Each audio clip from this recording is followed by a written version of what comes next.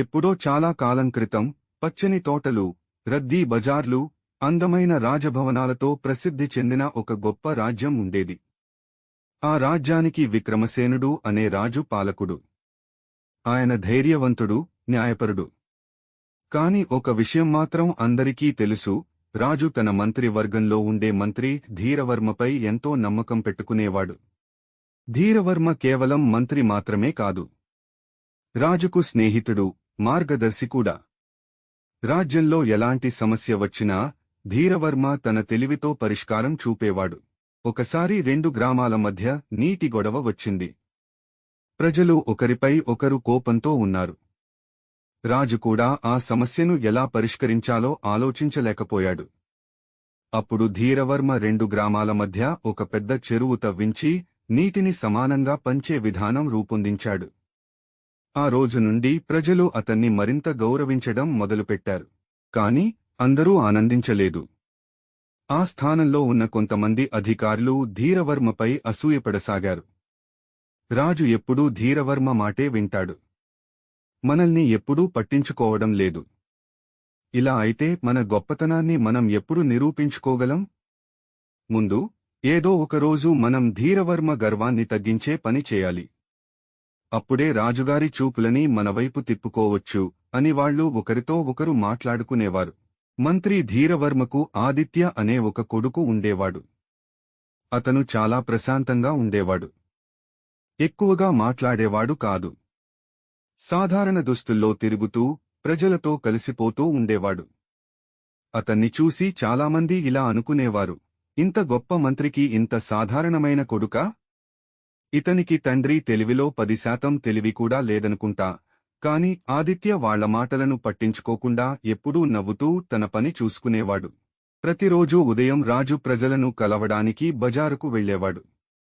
అక్కడ చిన్నపిల్లలతో మాట్లాడటం ఆయనకు చాలా ఇష్టం. ఒకరోజు రాజు ఆదిత్యను చూసి సరదాగా అడిగాడు: బంగారం లేదా వెండి, ఏది ఎక్కువ విలువైనది? ఆదిత్య వెంటనే వెండి ప్రభూ అన్నాడు. అది విని రాజు పెద్దగా నవ్వాడు. చుట్టూ ఉన్నవాళ్లు కూడా నవ్వేశారు. రాజు తన జేబులో నుంచి ఒక వెండి నాణెం తీసి అతనికి ఇచ్చాడు. మరుసటి రోజు కూడా అదే జరిగింది. బంగారం లేదా వెండి? వెండి ప్రభూ. మళ్లీ నవ్వులు. మళ్లీ ఒక వెండి నాణెం. ఇలా రోజులు గడిచాయి. వారాలు గడిచాయి.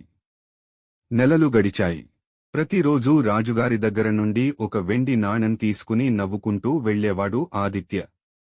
ఆ స్థానంలో ఉన్నవాళ్లు ఆదిత్యను చూసి ఎగతాళి చేయడం మొదలుపెట్టారు: చూడండి, మంత్రిగారి తెలివైన కొడుకు వచ్చేశాడు, బంగారం విలువ తెలియనివాడు.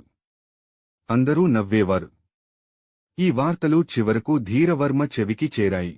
ఒకరోజు రాజసభలోనే రాజు నవ్వుతూ అన్నాడు: ధీరవర్మ, నువ్వు చాలా తెలివైనవాడివి. కాని నీ కొడుకు మాత్రం ప్రపంచంలోనే పెద్ద అమాయకుడు, తెలివి తక్కువవాడు అనుకుంటా? ఆ మాటలు విన్న వెంటనే సభలో నవ్వులు మార్మోగాయి. ధీరవర్మ ముఖం దిగులుగా మారింది. సభ ముగిసిన వెంటనే అతను ఇంటికి వెళ్లిపోయాడు. ఆ రాత్రి అతను ఆదిత్యను తన దగ్గరకు పిలిచాడు. నిజం చెప్పు బాబూ, బంగారం విలువైనదా, వెండి విలువైనదా? ఆదిత్య చిరునవ్వుతో బంగారమే నాన్నా అన్నాడు. ధీరవర్మ ఆశ్చర్యపోయాడు. అయితే రాజుకు ప్రతిరోజూ ఎందుకు వెండి అని చెబుతున్నావు? ఆదిత్య కొద్దిసేపు నిశ్శబ్దంగా ఉన్నాడు. తర్వాత మెల్లగా అన్నాడు: నాన్నా, మీరు నా వెంట రండి. అతను తన గదిలోకి తీసుకెళ్లి ఒక పెద్ద చెక్క పెట్టె తీసి తెరిచాడు. పెట్టె మొత్తం వెండి నాణేలతో నిండిపోయి ఉంది. ధీరవర్మ కళ్లే పెద్దవయ్యాయి. ఇవి అన్నీ ఎక్కడినుంచి వచ్చాయి? ఆదిత్య నవ్వుతూ అన్నాడు: ప్రతిరోజూ రాజుగారు నాకు ఇచ్చే నాణేలు ఇవే. కాని నువ్వు బంగారు నాణెం ఎందుకు తీసుకోలేదు?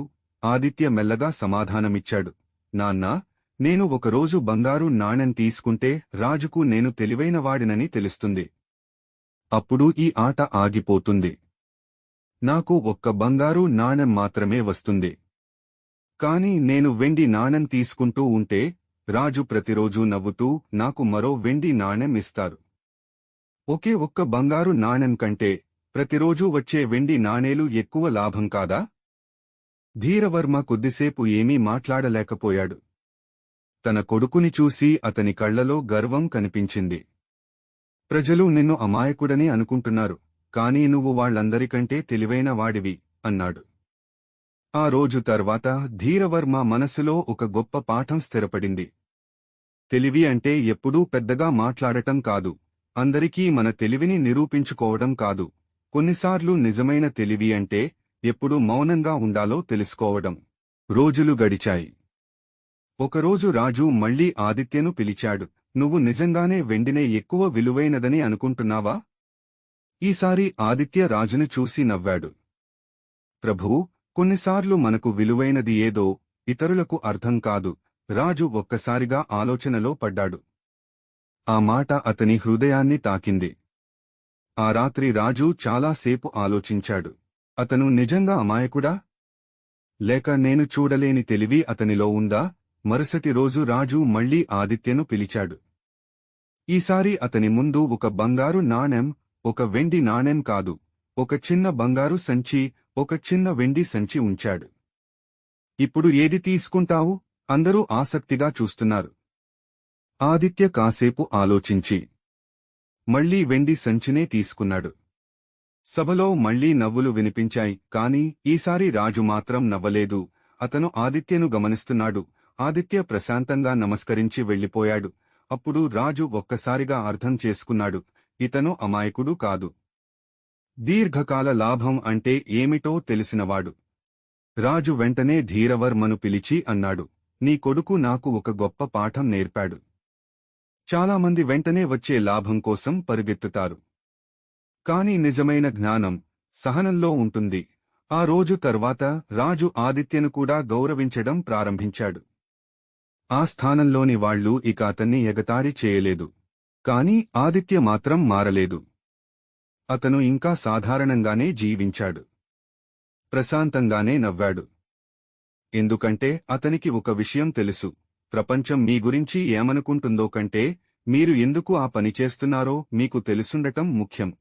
మిత్రులారా, మన జీవితంలో కూడా చాలాసార్లు ఇలా జరుగుతుంది. కొంతమంది వెంటనే తెలివైన వాళ్లలా కనిపించాలనుకుంటారు, కొంతమంది మాత్రం నిశ్శబ్దంగా తమ లక్ష్యానికి పనిచేస్తూ ఉంటారు. ప్రపంచం చాలాసార్లు బయట కనిపించేదాన్నే నమ్ముతుంది.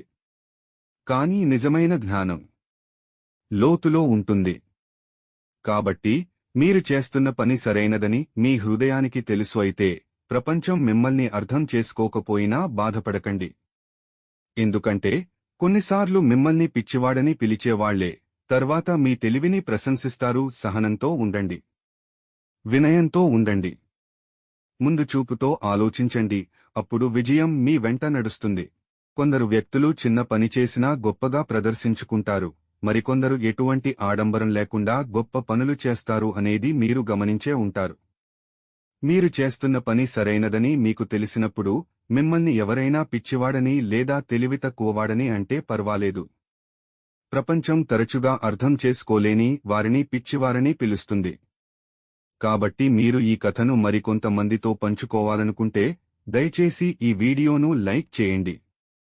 మరో ఇలాంటి కథతో తదుపరిసారి మిమ్మల్ని కలుస్తాను. కాబట్టి సహనంతో ఉండండి, కృతజ్ఞతతో ఉండండి మరియు జీవితంలో ముందుకు సాగండి.